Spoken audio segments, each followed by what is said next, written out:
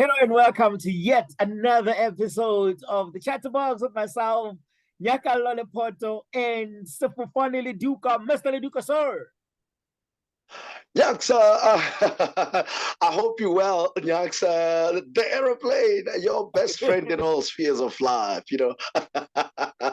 People love it when I say that. They say I must always say it before I start, and I say, "Hey, man, I first have to greet Nyaks and make sure that he's okay. Then I can say that." But I trust that you're well, Nyaks. Are you good? I'm well, man. Winter has hit us here, man. I'm wearing this, and because of today's topic, uh, Yeah. this was bought by my mom. Oh, yeah. My mom So bought you're this. struggling to let go of it. No, it's a bit Man, cold now. It's a no, bit cold now in Kwakwa. Yeah. No. yeah. Winter is coming, and it's coming very early.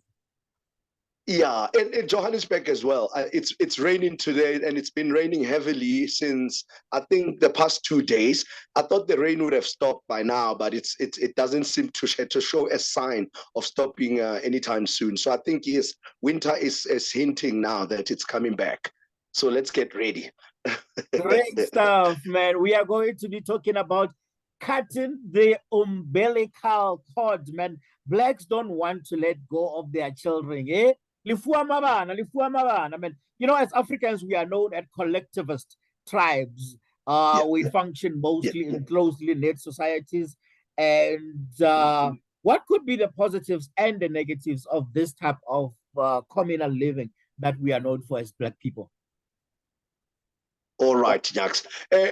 When you look back at history, Jacques, before we were dispossessed of our land and our, belongings, basically, we used to function like that. That is how it used to be. I mean, this issue of compounds, where people live in compounds, your dad will have a house here, and then if you are the eldest son and you get married, then you would have to have the house next to your dad's house, and your brother would also have a house, and your uncle, I mean, your brother's brother would also have his uncle very close.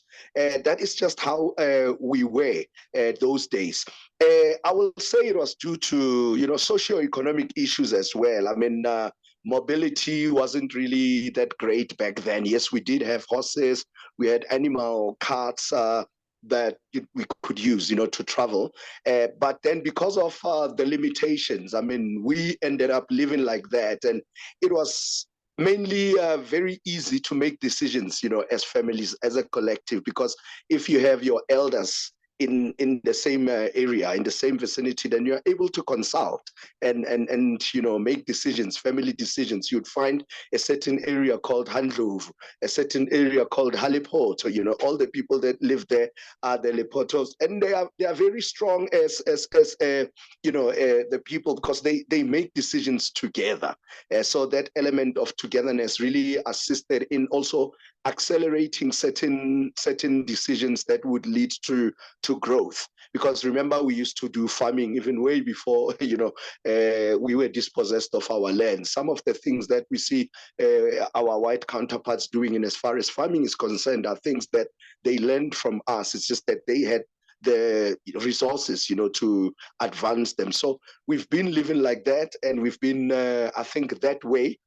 We succeeded in building those close ties. But now, when colonialization came, we started being divided. The anger that started, family ties broke down, and so would then move to go and stay somewhere. Our forefathers had to go look for work in cities are far away from home, and they would struggle to even come back. Sometimes they would only come back home after a month or so. I mean, if you go home and see your wife after a month, the relationship is not the same. Yes, you miss them while you're there, but then nyaks, when you go there, it's not the same. As much as they understand that you're working, sometimes, or hey, with and stuff, so it's sort You'll of find kids brought back about home, yeah, man, if you go that long. I think a month is if you some. go there. I've had relatives here that would go for like 3 years, 4 years, not coming back. hence the shows like Khumbulekhaya. I had So, this other one, you this know, guy, we didn't know him, right? We're like, we didn't know him. He came back, didn't yeah. have teeth anymore, didn't have one eye. He was on his deathbed. I'm like, hey, we're like, like, hey, I know what's like. Are you? For real, for real, for real, for real. Well, Proper Khumbulekhaya story, bro. yeah. I'm not kidding you. He came in here, I think he lived And like that's, 2 weeks, and then he died. Lived there for like 2 weeks, and then he are you died. serious? For real.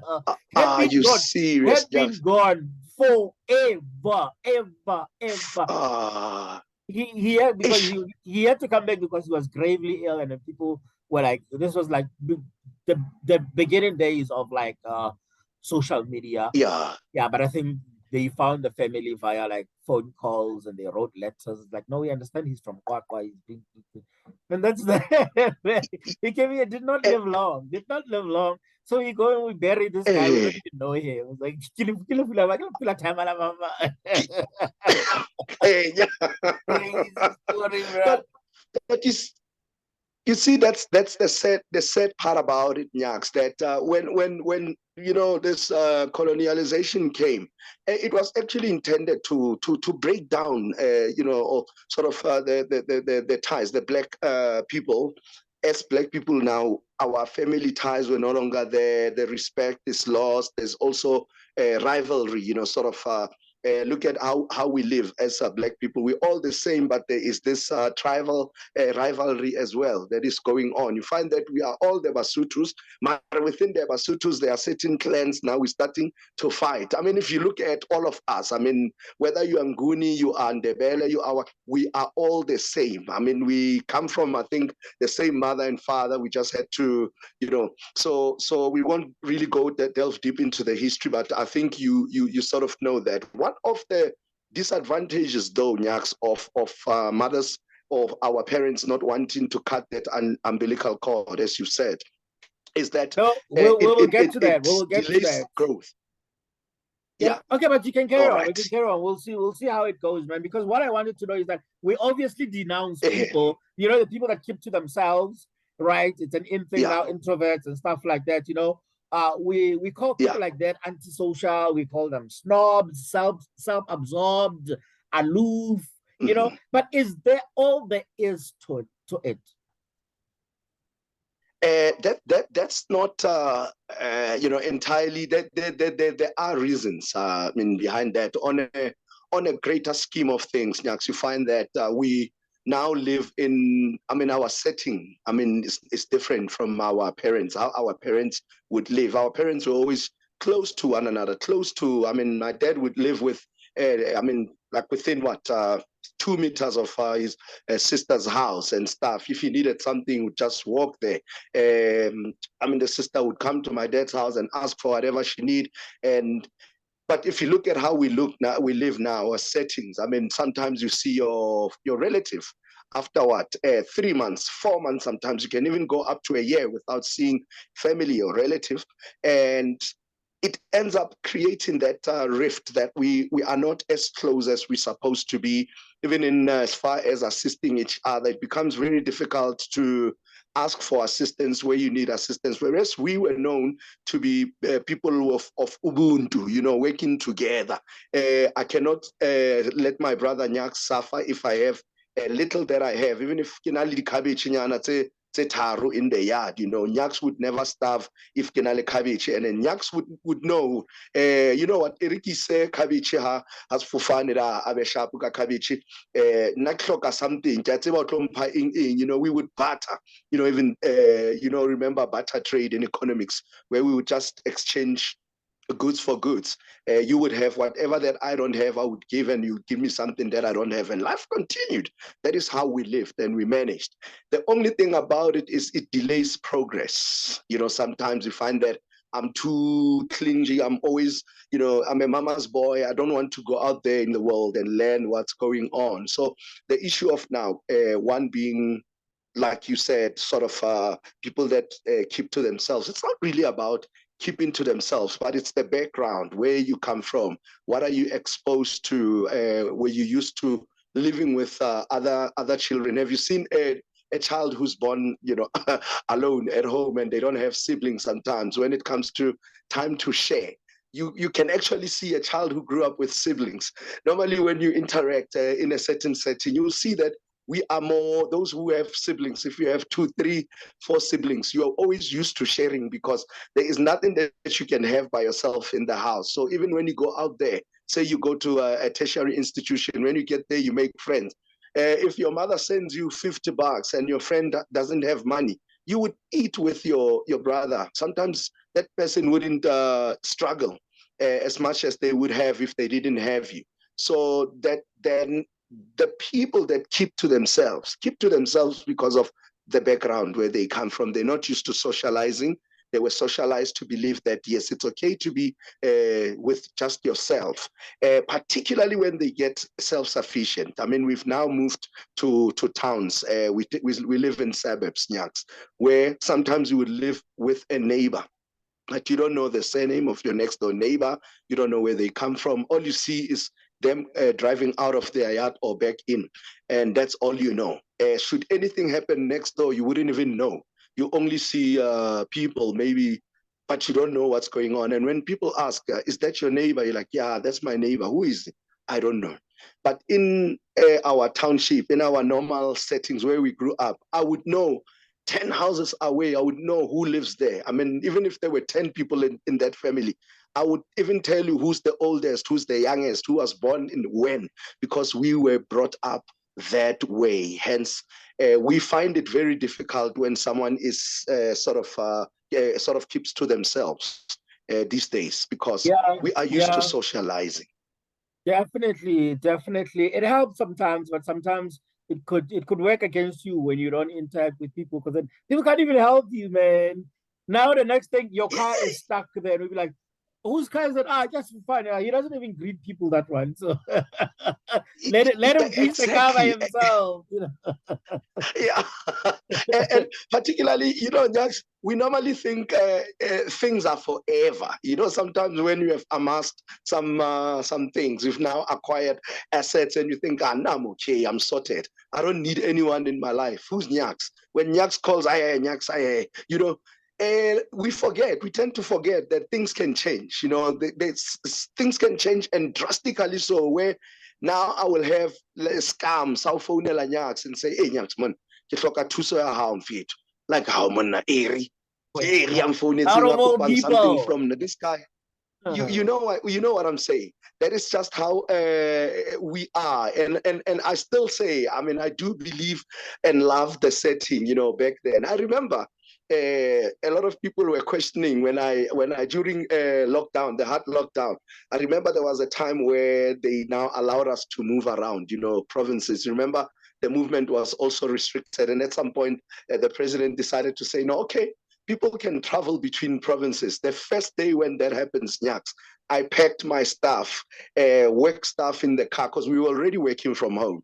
And I packed everything up. I said, I'm going to work from home in Harrismith. I'm going to work from my parents' home, because this is an opportunity for me to really chill with them. Because remember, when one leaves for tertiary, the likelihood is you'll never even come back home unless something happens. But if possible, that's you leaving the house. And at what time? Back then it would be what, 17, 18. After you matriculate, you go to tertiary and you are gone. And then you start realizing that you're gone forever. You miss your parents, that family setting. So I kind of missed that a lot, because it had been ages, Nyaks. One has been out of home for a long time. So the 2 years, actually it was meant to be just a month, to be quite honest. But it ended up being 2 years, dude. And let me tell you something. People laugh when I tell them this.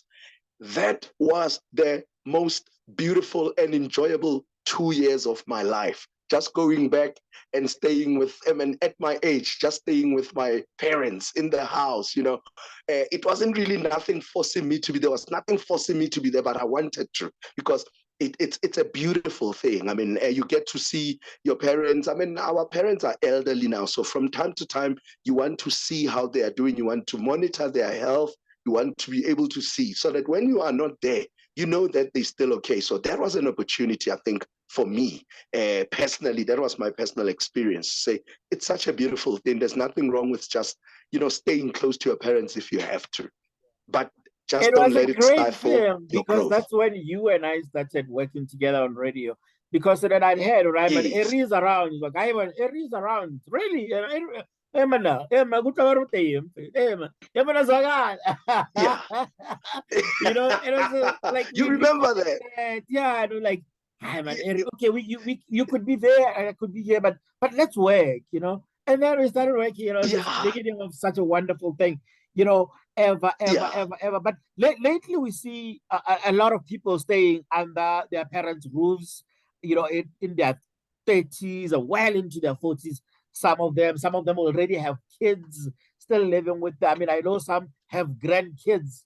They're still living with their parents. Yeah. It's like a grandkid. The person is in their 40s. They've got a Yeah. daughter in their 20s, the daughter in their 20s, and got like, Yeah. Omunye futhi, and like crazy, man.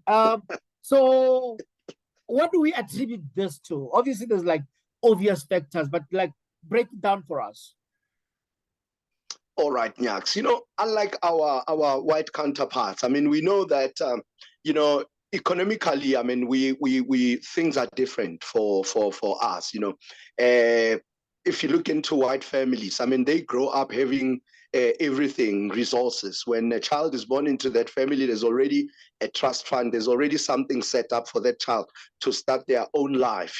And they already taught independence. And they are already taught at a young age to start doing things for themselves. By the time they turn 17 and they go and they're in metric and everything, they're already used to doing things for themselves, and they're starting to see the need to move away from their family to go and start their own lives.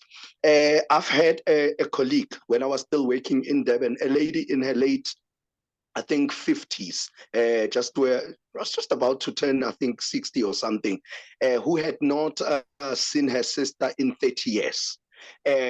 We were talking, and and we would just engage, and I was like, what? A white lady, elderly, and I'm like, yeah. So where do you come from? Where's your home and all that? And she mentioned that she was from, I think, the south of Devon, and her sister would drive past, I think, from the Eastern Cape to the Free State or somewhere, and she would just drive past Durban, knowing that she has a sister in Durban. Normally, if I have to drive past a place where there's family, as Black people, you want to stop by and say hi, even if it's for 5 minutes, even if it's for 10 minutes, just leave something and say, no, I'm driving past, but I just thought I'd come and see you guys. It doesn't happen with of that often, I think, with white people, we are told. And these are stories that I've actually engaged with them about. And they've told me, no, like I haven't seen my sister in 30 years. I mean, some of them, I mean, you'll have children studying, and after studying, they move overseas. They leave their parents at home, or they'll even take their parents, send their parents to an old age home. They really don't have those strong ties. Yes, economically they do, because they prepare from a young age to say, you are not going to be dependent on me as your parent forever.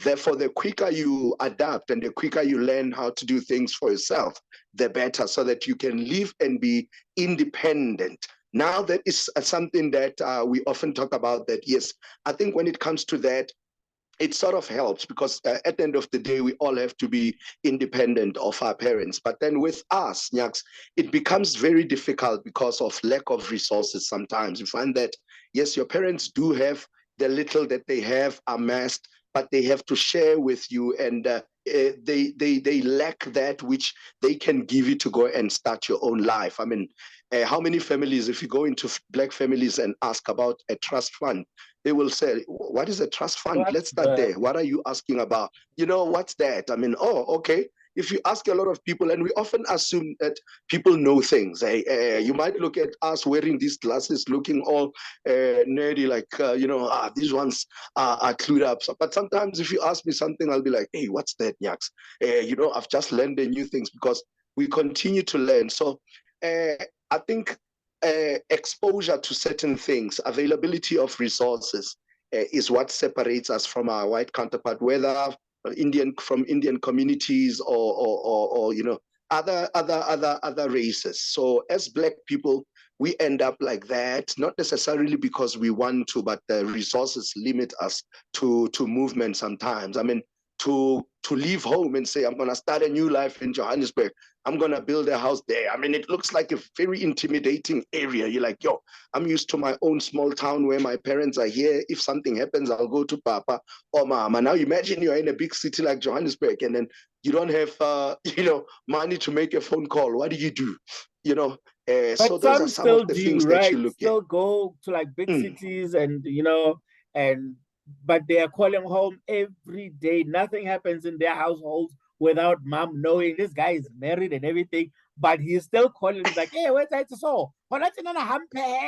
And then the mom would call in Yeah. like, hey, Miguel, Yeah. I want to tell you about something else right now, right? Independence to us Yeah. means something different, because as much as you have touched on the resources aspect of things, we do not encourage independence from a young age.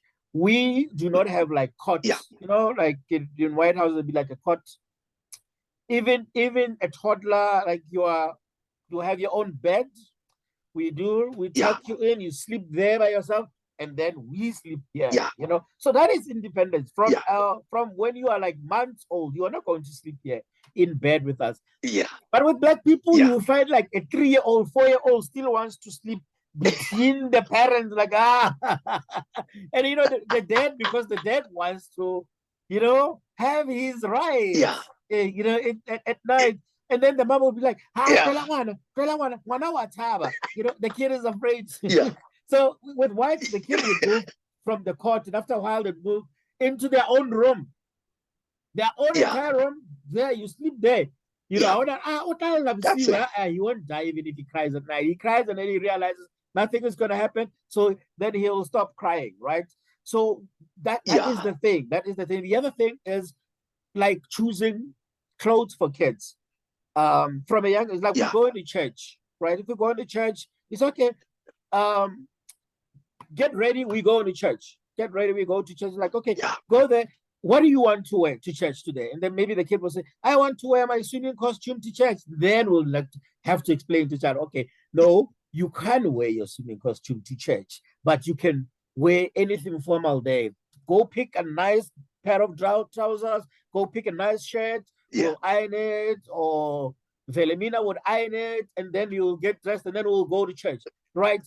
But with us, no, they give you like this. You look at it like I gave back. So you see, the problem with that is that you end up psychologically, everything you now have to keep asking for permission, right? Even when you grow old, you can't just come home now. You have a car. Like, man,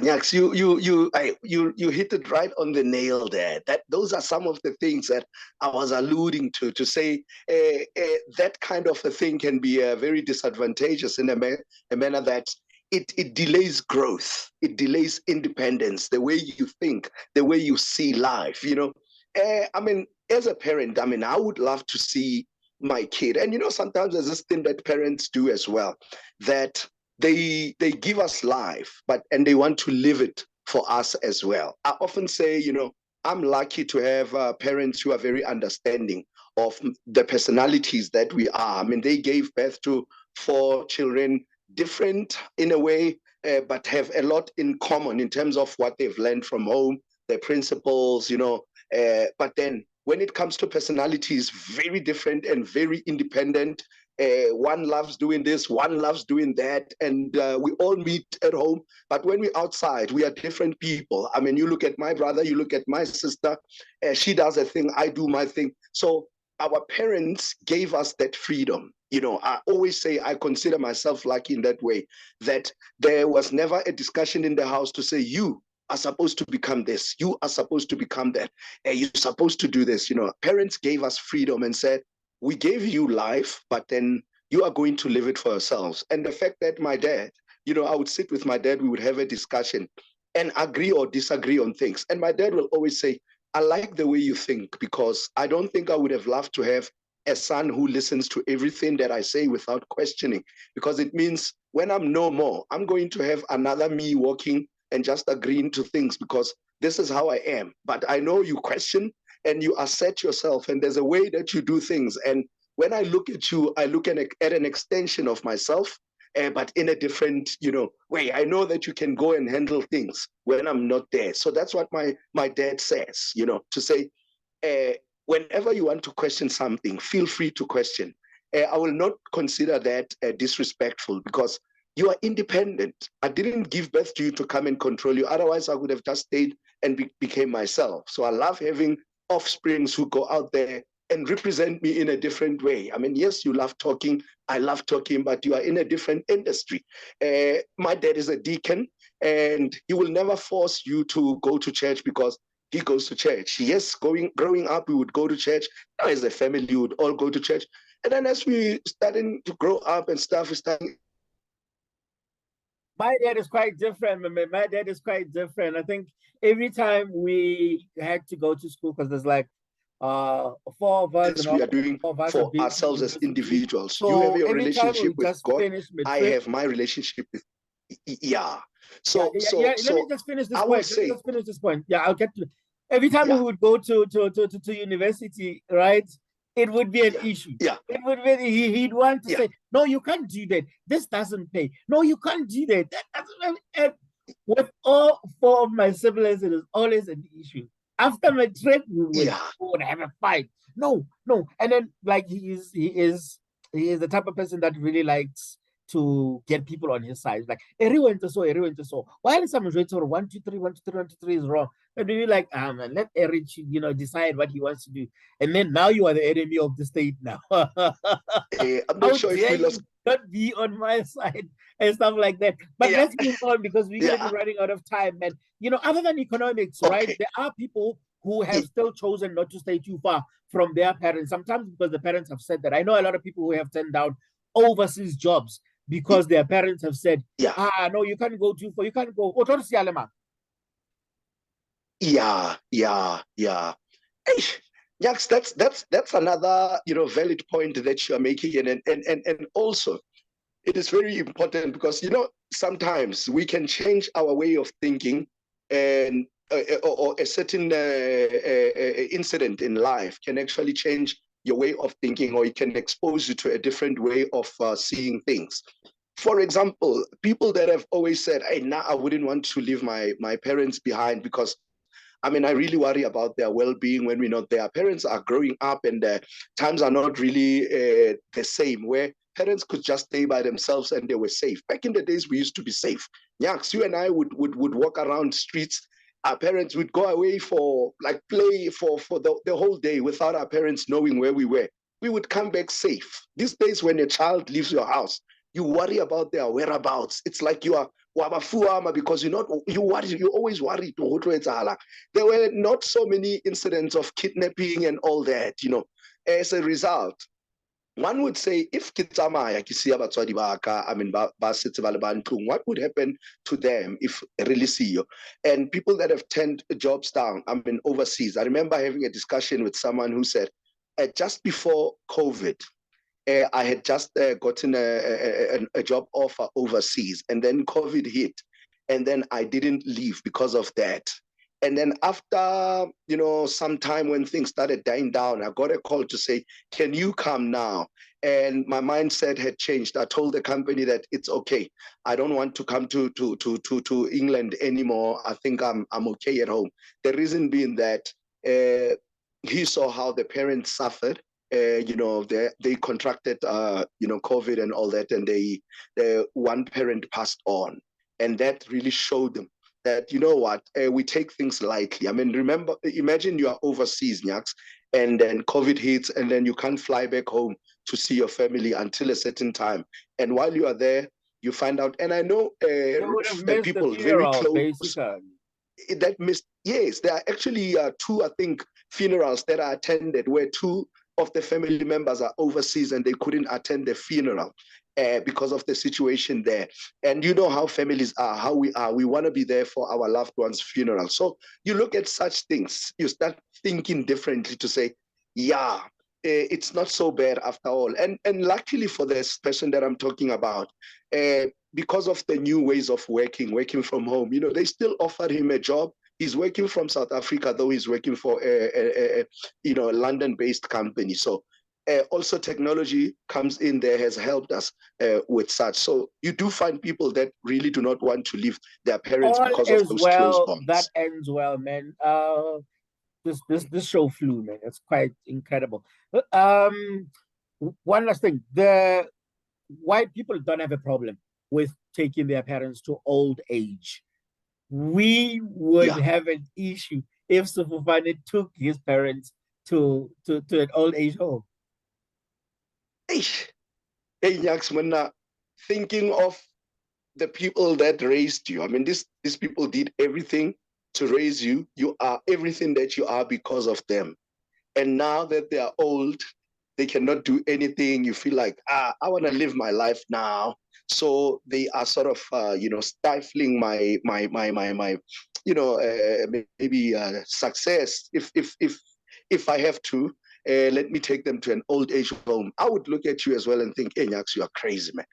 It looks to us like abandoning your parents. You know, I would think you are crazy until I learn that it's actually not abandoning them. It's just saying that, look, you have done everything you could. I mean, age-wise, I can no longer be there physically to do everything because now I have this job that is equally as demanding, if not more, than just me sitting and babysitting or adults sitting you, because these are adults.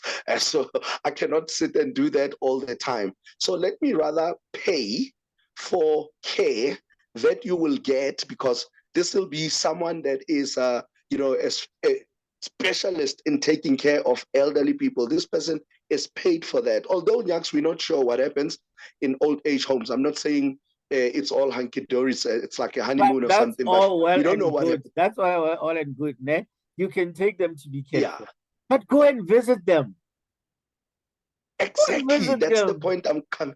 Yes, that's the point I'm coming to say, if you take them there and the reasons are understandable and they can also see the reasons and they are comfortable there, go and visit them. Make sure that they know that you are not here because we have abandoned you. We are just saying this will be a comfortable place for all of you, but then we are not going to be here all the time unless you have a family home and you have the resources to say, instead of me taking you to an old age home, you're going to stay in the family home. I'm going to just make sure that it accommodates your age, and if possible, I'll even hire and pay a live-in person that is going to watch and make sure that your needs are taken care of until, so those are some I'm of gonna the cut you. things, I am that, really gonna cut you. If we had an old yeah, age home as Black people, the people there at the old age home would want their grandkids to go there. So it will not only be an old age home, it will be like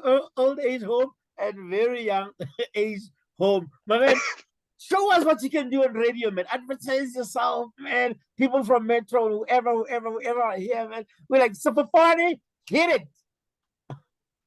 Hey, Nyaks. All right, let's do it like this. It's 10 minutes after 7 right here on Monate Radio with yours truly, the aeroplane, your best friend in all spheres of life. It's good to be with you, and I hope you're well wherever you are. We kicked off the show with music of Double HP, a song titled Bosoki Mang. May his soul continue to rest in peace. Coming up on the show, we're going to be talking to a social media personality as well as a mogul in real estate. He's going to be unpacking some of the intricacies of this business. So if you really, really want to get into that space at some point in your life, take this opportunity to engage with us via our social media platforms, as well as our number, which is 083-5377-884. Let's get interactive on that. And we also have a feature, How Well Do You Know Your Lyrics? And that is where we give you lyrics to a song. And all you have to do is give us the name of the song and the artist. If you get it right, we play the song on the spot. But if you don't, we definitely don't play that song. That is just how it goes right here on Monate Radio with yours truly, the Aeroplane, your best friend in all spheres of life. Good to be with you. Great stuff, man. We're gonna be doing this on a week. Every time we have a show, we'll do that. We'll give you, however, we'll calculate how long it takes, and I'm pretty sure somebody out there will definitely realize that there is talent out here, undiscovered talent. Man. Let's get Sefofane Leluka on radio. Back but on you're not radio. gonna get the slot. Hey, it should be in the contract. No. It should be in the contract to say, okay, I'm going on radio, but guys. There's still the chatterbox. I gotta do the chatterbox, man. Tell us who you are on Facebook, on Instagram, on Twitter, TikTok, everywhere. Twitter at S for sugar, Leluka. Instagram, Sefofane Leluka. Aeroplane, Aery Sefofane Leluka on Facebook. And I'm on TikTok as well. Same handle. And then you can call me on 083 5377-884. That is if you need me to be an MC at your event. I'm available anytime. Most definitely, that is how we're gonna live today's show. As usual, it will be unusual of me to live without declaring my love for radio, simply because I walk radio, I breathe radio, I sleep radio, and I talk radio. My name is Aeroplane, and I love radio. That is my story, and I'm sticking to it. Great stuff, man. Great stuff, man. No, we cannot not have you on radio, my man. I'll make sure. You know, we push this as far as we can. My name is Nyakallo Lephoto. I don't want to be on radio anymore. Don't call me. Don't call me. No. This is the chatterbox, man. This is the chatterbox. Subscribe, like the video, hit the notification bell so you're the first one to know when the next video comes up. Nyakallo Lephoto, Sefofane Leluka. Adios. Adios, Jux.